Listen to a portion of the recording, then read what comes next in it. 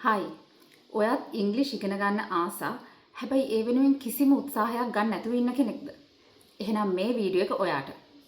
ඉතින් ඔයා ඉංග්‍රීසි ඉගෙන ගන්න කොච්චර ආසා වුණත් ඒ වෙනුවෙන් කිසිම try එකක් දාන්න නැතුව කිසිම උත්සාහයක් ගන්න නැතුව ඉන්න හේතු කිහිපයක් තියෙනවා වෙන්න පුළුවන්. මේ හේතු වලින් එක හේතුවක් වෙන්න පුළුවන් all or nothing mindset. ඒ කියන්නේ ඔයා හිතනවා ඉංග්‍රීසි ඉගෙන ගන්නවා නම් ඉංග්‍රීසි කතා කරනවා නම් මම perfectly ඒ කියන්නේ හොඳටම කතා කරන්න ඕනේ. එහෙම නැතුව වැරදි කතා කරන්න ඉගෙනගෙන වැඩක් නැහැ කියලා. ඒ වගේම ඒකත් එක්කම ඔයා හිතනවා වෙන්න පුළුවන් එහෙම ඉංග්‍රීසි කතා කරන්න ඉගෙන ගන්න එක impossible කියලා. හොඳට ඉංග්‍රීසි කතා කරන්න ඉගෙන ගන්නවා කියන එක කළ නොහැකි දෙයක් කියලා ඔයා හිතනවා වෙන්න පුළුවන්. ඒ වගේම ඔයා හිතනවා වෙන්න පුළුවන් දැන් ඉතින් AI තියෙනවානේ. ටෙක්ස්ට් මෙසේජ් එකක්, ඊමේල් එකක්, ලෙටර් එකක්, එසේ එකක් ඕන එකක් මට AI වලට කියලා ලියා ගන්න පුළුවන්. ඉතින් මොකටද මම ඉංග්‍රීසි ඉගෙන ගන්නෙ? ඔයා එහෙම හිතනවා වෙන්න පුළුවන්.